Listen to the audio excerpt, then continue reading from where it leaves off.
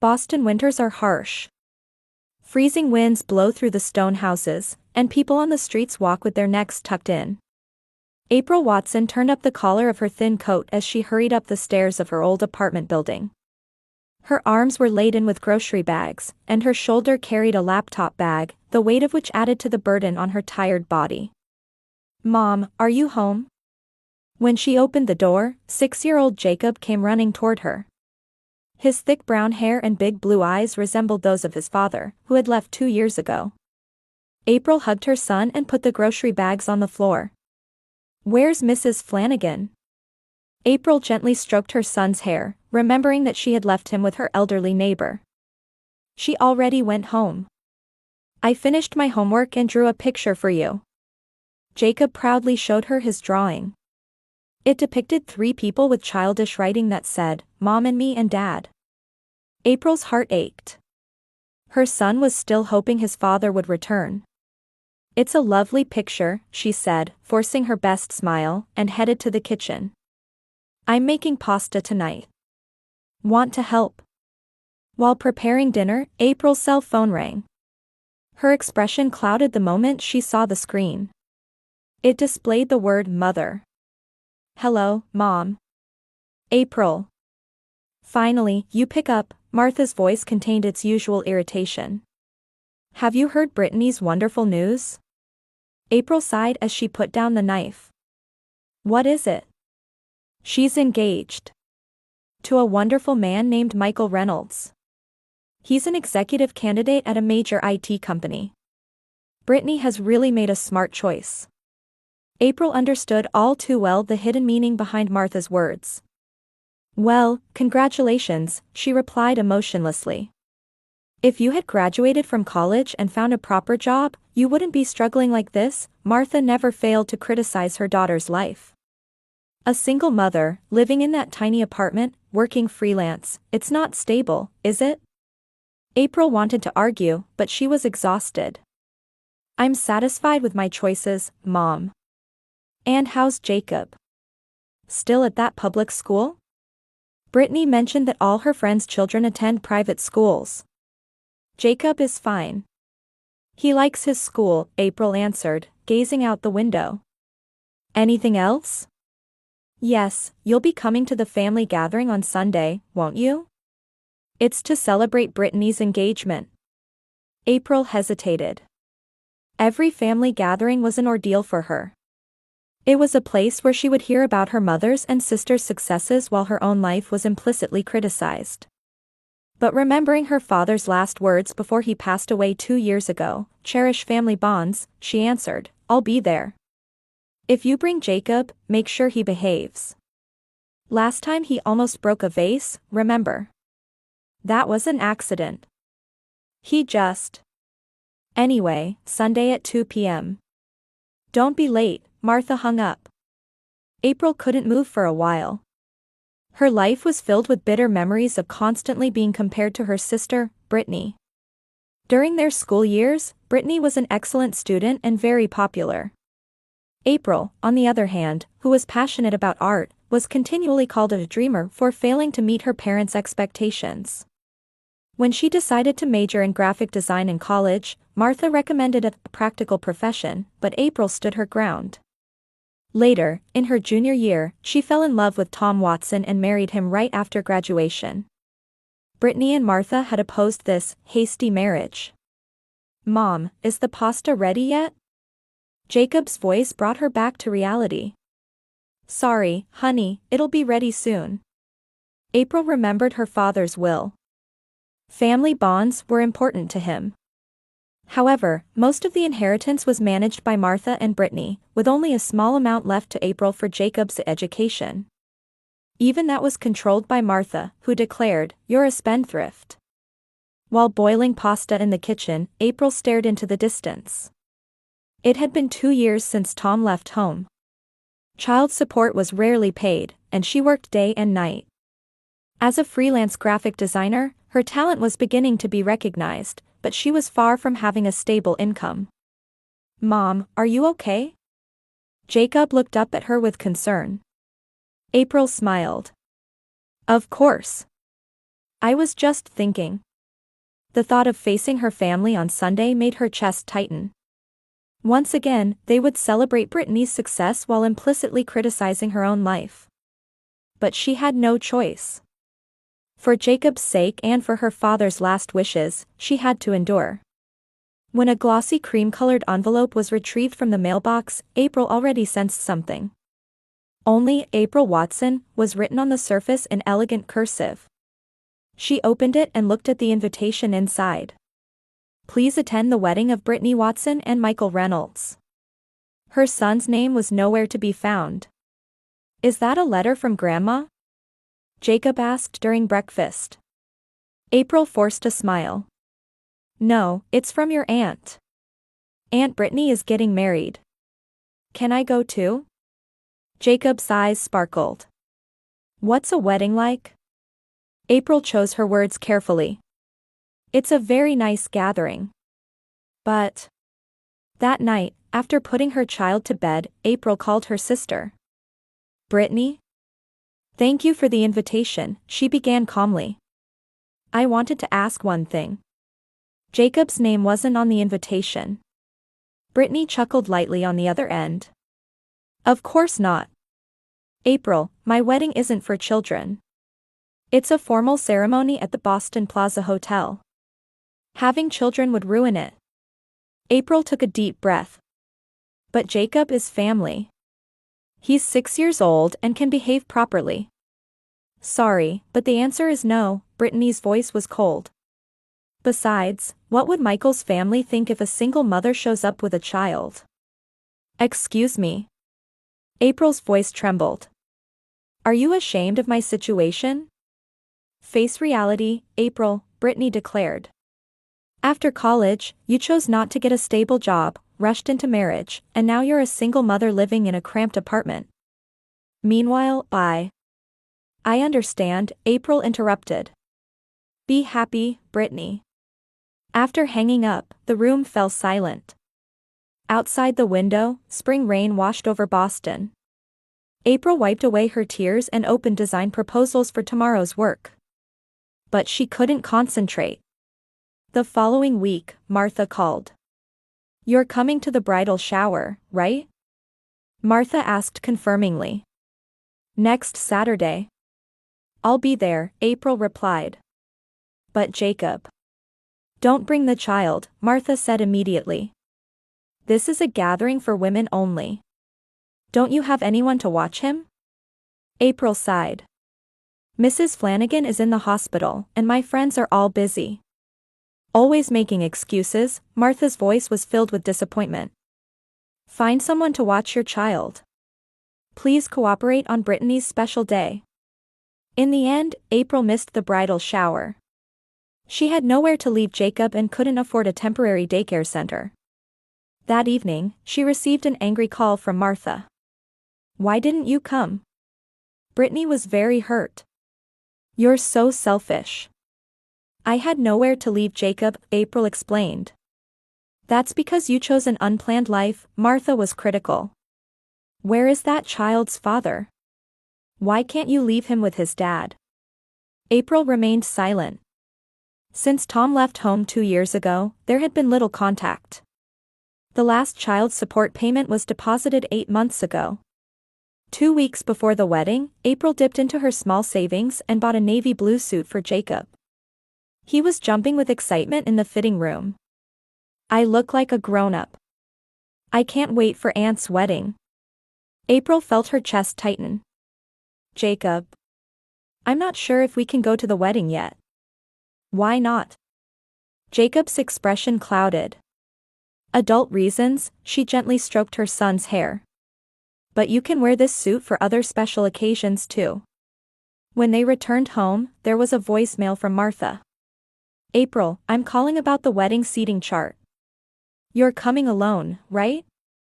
Please let me know. April picked up the phone and called her mother. I want to bring Jacob too. Here we go again, Martha sighed. Brittany already told you. Children are not invited. But we're family, April pleaded. Dad said, cherish family bonds. Jacob is Dad's only grandson. Your father. Martha's voice faltered for a moment. He was an idealist. Reality is different. This is Brittany's special day. 3 days before the wedding, April called Brittany again. Please, Brittany. Let me bring Jacob. He's really looking forward to it. Why don't you understand? Brittany's voice was cold. My wedding must be perfect. With children there, who knows what might happen? He's well behaved. I promise. The answer is no, Brittany said firmly. If you want to come, come alone. If not, don't come at all. After hanging up, April cried. She whispered to her father's photograph, "What should I do, Dad?" The day before the wedding, there was a final call from Martha. Don't come tomorrow, Martha's voice was tense. Brittany is nervous with stress. Your presence makes her anxious. What are you saying? April was surprised. I'm your daughter and her sister. Of course I'll attend my sister's wedding. April, Martha's voice hardened. You always cause problems. Don't ruin this important day. Dads will said that everyone should gather for important family days, April said firmly. I'm coming. That's what Dad would want. If you're coming, come alone, Martha's voice was cold. Don't bring that shabby child. Understood. After hanging up, April peeked into Jacob's bedroom. He had placed his new suit by his pillow and was sleeping peacefully. April made her decision. We'll attend as a family, she whispered softly. For Dad's sake too. On the wedding day, Boston's sky showed clear blue. April woke up early and carefully dressed Jacob. The new navy suit with a white shirt and a small tie made his young figure even more adorable. After combing his hair, polishing his shoes, and finally attaching his father's heirloom cufflinks, Jacob stood proudly in front of the mirror. Mom, do I look handsome? April smiled. The most handsome in the world.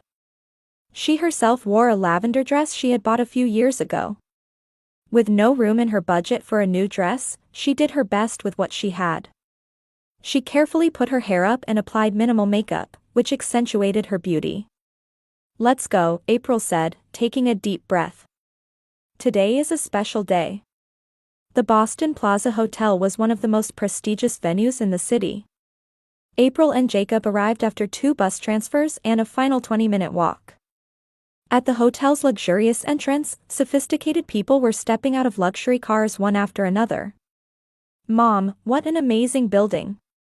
Jacob said, wide-eyed. April squeezed her son's hand.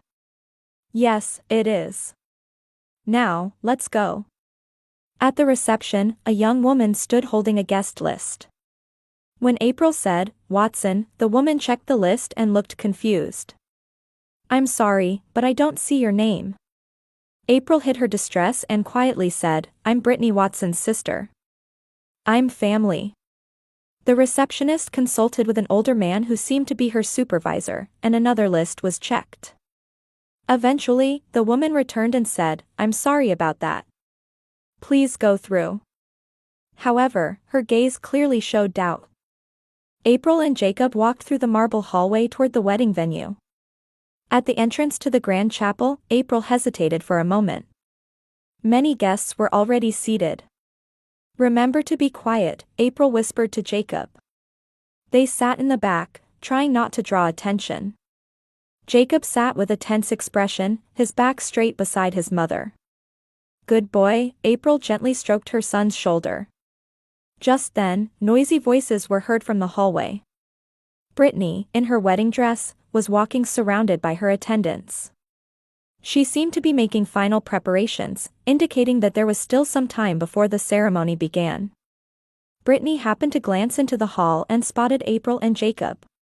Her expression changed instantly. Her face, full of joy, twisted into anger and surprise. She quickly said something to her attendants and entered the hall.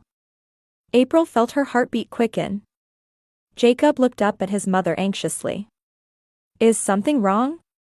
Before April could answer, Brittany was standing in front of them. The pure white wedding dress enhanced her beauty, and normally she would have been a beautiful bride. But now, her expression was distorted with ugliness. I didn't invite you, Brittany's voice was surprisingly cold. Poor single mother, get out now. People around them turned, casting curious and confused glances. April was at a loss for words. Jacob clung to his mother in fear. Brittany, we're family, April said in a low voice. Her voice was trembling. Have you forgotten Dad's last wishes? Family. Brittany said mockingly. I won't let a failure like you ruin my special day. Your presence, and that child's, damages my image.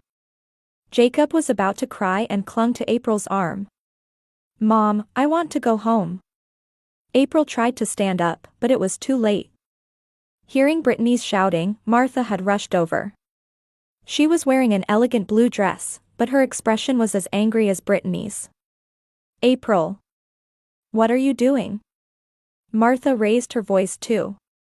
Don't embarrass your sister. Get out. The surrounding guests were clearly displaying uncomfortable expressions, whispering among themselves. April felt her face getting hot. Shame, anger, and sadness mixed within her. Mom, we're family. Dad said. Your father is gone. Martha said coldly. Today is Brittany's day. Don't ruin her happiness. At that moment, two men who appeared to be hotel staff approached. They gave off the impression of security guards. Is there a problem? One asked politely but firmly. This woman and child were not invited, Brittany answered immediately. I want them to leave. The security guard looked apologetically at April. Ma'am, please. Will you leave quietly? One grabbed April's arm, and the other placed his hand on Jacob's shoulder. Mom, why? Did I do something wrong? Jacob asked in a trembling voice. His eyes were filled with tears. April suppressed her body's trembling, trying to maintain her dignity. You did nothing wrong, Jacob, she hugged her son and quietly said, we're leaving. Guided by the security guards, April and Jacob left the chapel. Behind them, Brittany's voice could be heard. Quickly, let's start the ceremony. Let's forget that embarrassing scene. April walked to the hotel entrance, holding back her tears. The security guard said apologetically, sorry, it's our job, and let them out. The spring sunlight felt blinding. Away from the hotel's luxurious entrance, on the street, April and Jacob looked forlorn. Jacob was now crying. Mom, let's go home, he wiped his tears with his sleeve. Does Aunt hate me? April knelt and looked into her son's eyes. No. Your aunt just has her mind full of herself right now. She stood up and tried to call a taxi, but there were only a few bills in her wallet. Not enough for a taxi from this upscale district to their apartment. Let's walk to the bus stop, she suggested. That's when it happened. A black limousine quietly stopped in front of them. April froze in surprise. The car windows slowly lowered, and a stranger appeared from within. He was in his early 40s, with refined features and a friendly smile. Are you April Watson? The man asked gently. April was surprised. Yes, how do you know my name? The man opened the door and stepped out. He was wearing an expensive dark gray suit. I'm Daniel Reynolds. Michael's brother, he extended his hand. And this must be your son Jacob. Jacob hid behind his mother, nodding shyly. I saw everything that happened, Daniel said with a serious expression. It's unacceptable treatment. April, Jacob, please get in the car. April hesitated. But. Please, Daniel's eyes were full of sincerity. Let me hear your story. Besides, it would be difficult to get home from here, wouldn't it? April held Jacob's hand, thought for a moment, then nodded slightly. Thank you. The limousine door opened, and they were invited inside. Beyond the closed door, the wedding ceremony was about to begin. The interior of the limousine was luxurious and calming. Sinking into the soft leather seats, April felt as if they had wandered into a different world. Jacob looked around the car with wide eyes. "I've never been in anything like this before," he whispered softly. Daniel took a bottle of water from the minibar and offered it to them. "Please. You must be tired." April accepted it with gratitude. "Why would you help us?" Daniel looked out the window. The car was slowly leaving the hotel grounds. "I saw what happened from the window. It was inexcusable treatment," he said with anger in his voice. "You have every right to attend your sister's wedding. To be thrown out like that. Brittany has always been." April faltered. "Tell me your story," Daniel gently encouraged. After a slight hesitation, April began to tell him about her life. How she studied graphic design in college, married young, how her husband left, and her struggles as a single mother. And the constant criticism from her sister and mother, and her late father's last wishes. "Dad said, cherish family bonds. So I..." Her voice trembled. Daniel nodded quietly. "You did the right thing. Family should support each other, shouldn't they?" Jacob was looking at this strange gentleman with interest. "You're the brother of the man my aunt is marrying?" "That's right," Daniel smiled and gently stroked his head. "You've done nothing wrong. You shouldn't have been treated that way." After giving the driver some instructions, Daniel turned back to April. "Actually, I knew about you." "About me?" April was surprised. "After Michael and Brittany got engaged, I visited Boston several times. Once, I came across your design work. It was wall art in a small cafe." April remembered. A few months ago, she had been commissioned to create a mural for a local cafe.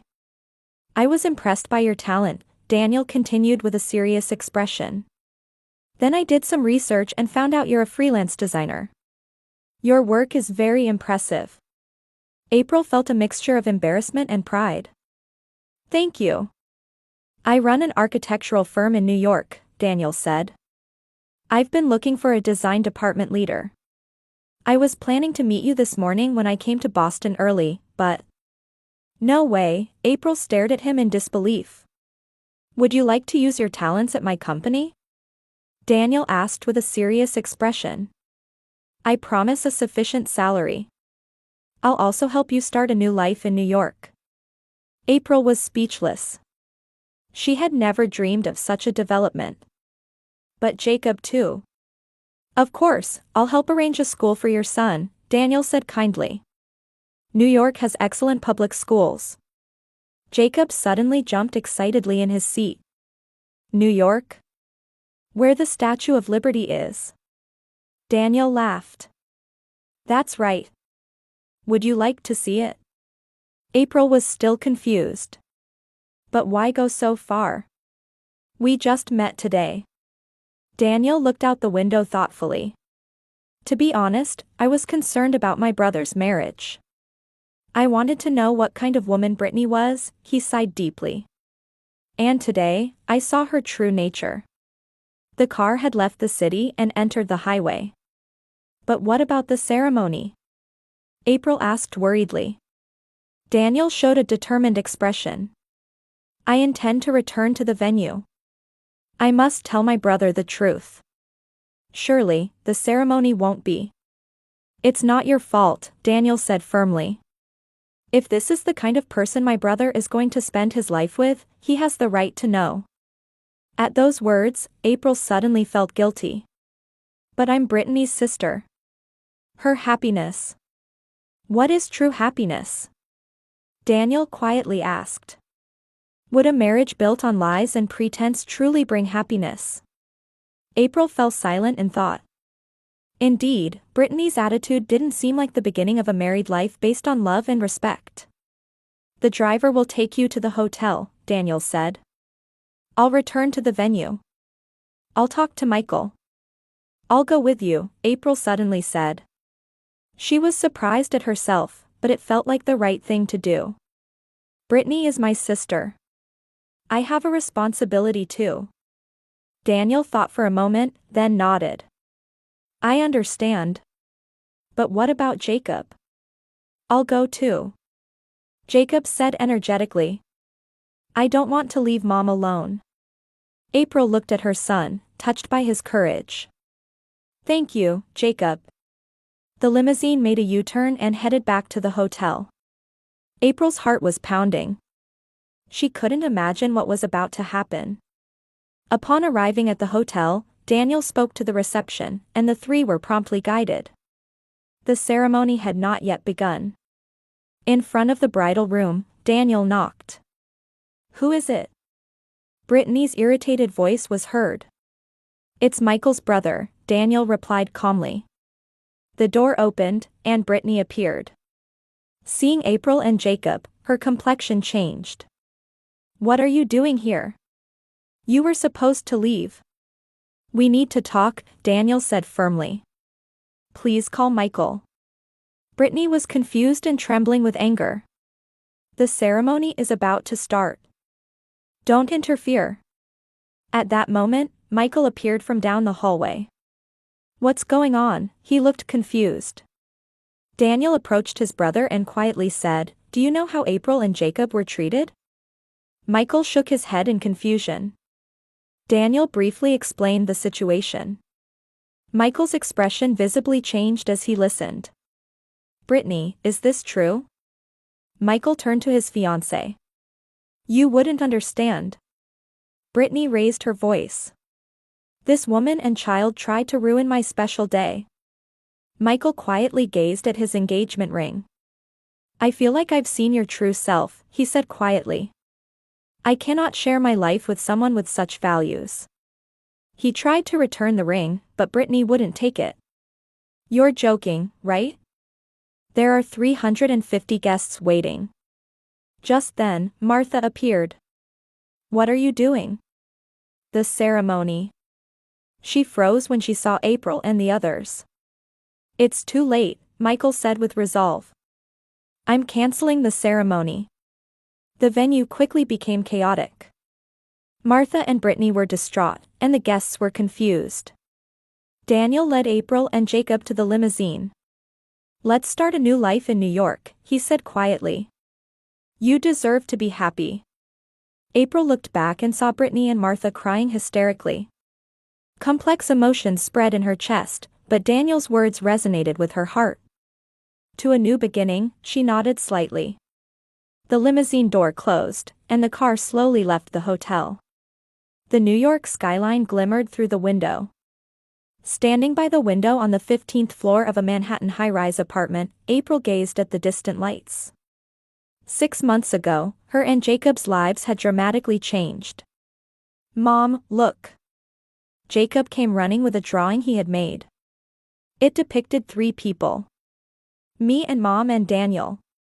April smiled. It's beautiful. Daniel will be pleased. Her job as the design department leader at Daniel's architectural firm had allowed her talent to flourish. She was highly valued by clients and, for the first time in her life, had financial stability.